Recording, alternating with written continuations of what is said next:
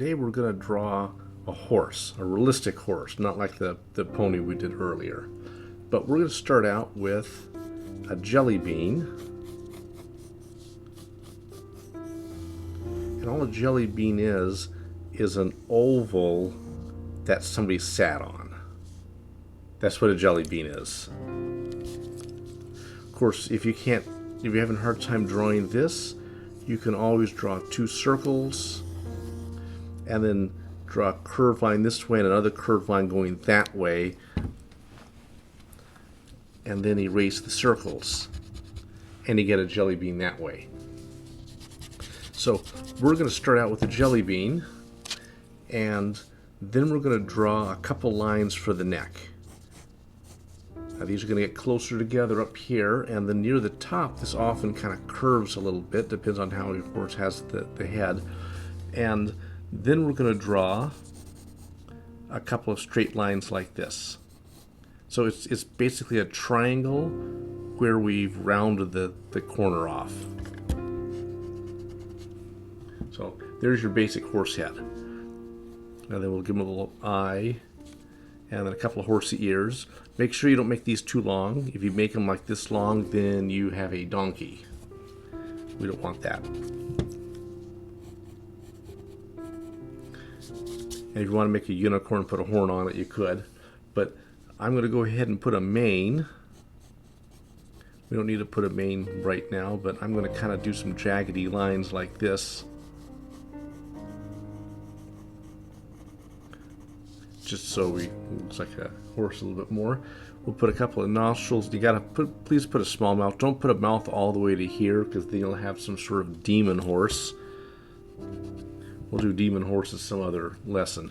Now, the thing we did with the cat is instead of trying to draw the outside of the leg, trying to draw outlines like this is really hard to do. And we don't want to just draw stick legs like this either. We want to draw realistic legs, and if you look at a horse, we've got a big piece of meat right here. Looks like an egg. So this is all muscle, and there's a bone in here. The hip is actually up here near the top, and there's a big femur that goes down, and this is surrounded by muscle.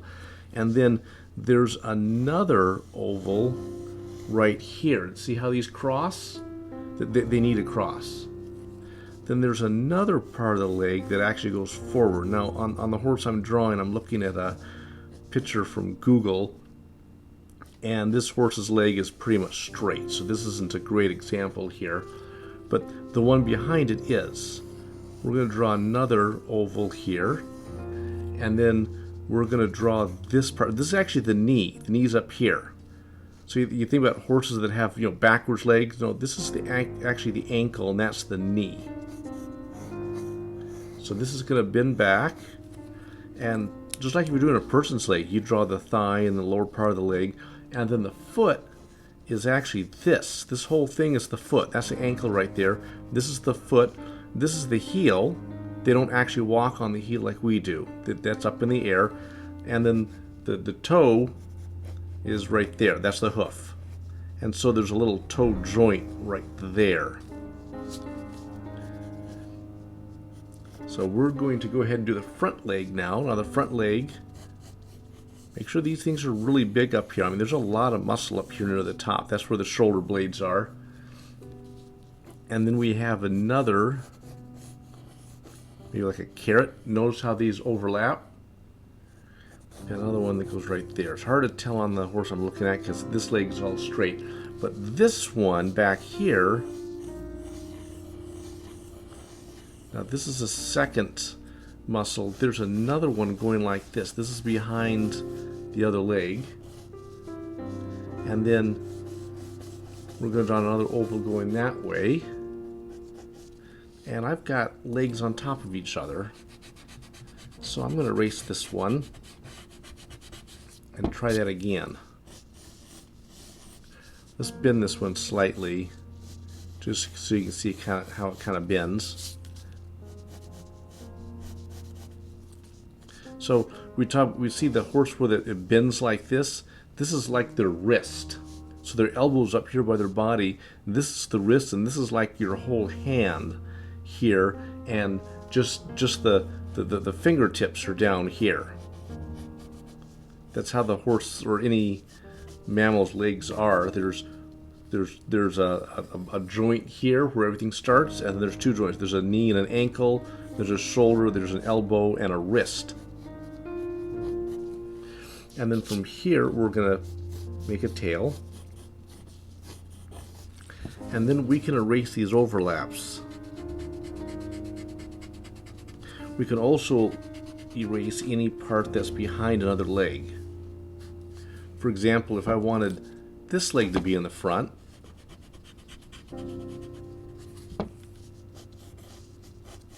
here we go, that leg's in the front and this straight one's in the back. Or I could keep this line, and now the straight line's in the front, the straight leg's in the front, and this line's in the back.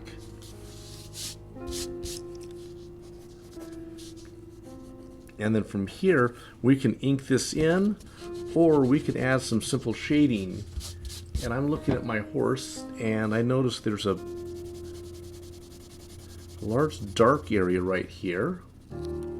And there's kind of a dark area here. So there's a shiny bit of coat right like this, showing the musculature off. And then behind the leg, there's a big old shadow like this, because the belly of the horse is keeping the light from getting there, and it's fairly dark under here too.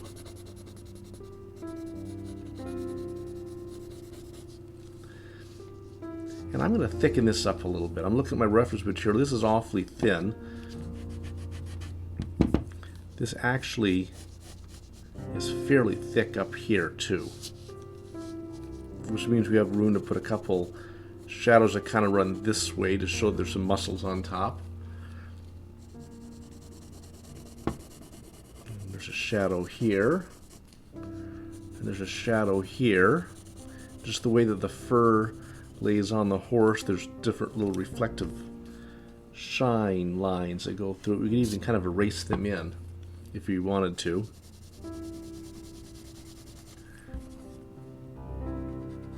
Now this leg over here actually doesn't bow out like this. We drew it as an oval, but we're going to correct it now. It actually, the knee joint or the wrist joint is kind of big, and it actually kind of tapers in like this. Make that a little bit thicker. And then we're going to put a shadow on here just to make it clear which leg is in the front, which leg is in the back. And we're going to put a shadow here by the neck, and then put another shadow right here to show that there's a couple of big muscles going through the head. And then we'll put some shading underneath the head like this. And then we'll work with the tail a little bit. Now, one way to do hair on an animal, we could try to draw every single line, but hair doesn't really work like that. Hair goes in strands. Now, let me try to draw this mane a different way, just so I can show what the strands are like. We're going to draw a line, and then a line, and they're going to touch. So 2 lines makes a whole bunch of hairs all stuck together. Especially if the hair's wet. If the hair's wet, it'll just kind of stick like this. But drawing strands like this is a good way to actually make the hair do something, like blow in the wind. And then when we shade it, we could shade the direction that the hair is going and add a little bit of texture to it. We don't have to. I will show you a different way to do it on the tail.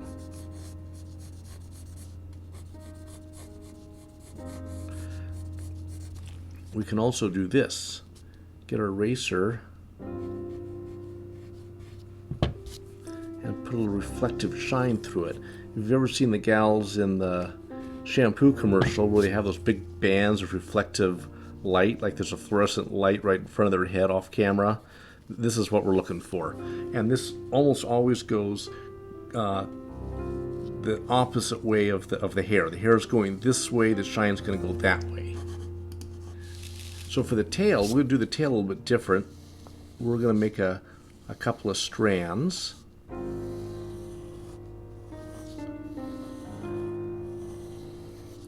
And then we're not going to shade in the direction of the hair. Just to show you another way to do it, I'm just going to shade in just the same direction on everything.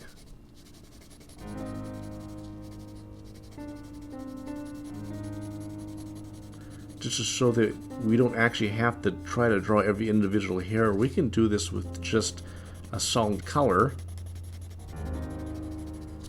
And then we'll put some little reflective bands through it. We'll put one there, we'll put one there. And then on this band, we'll kind of suggest some hair going through.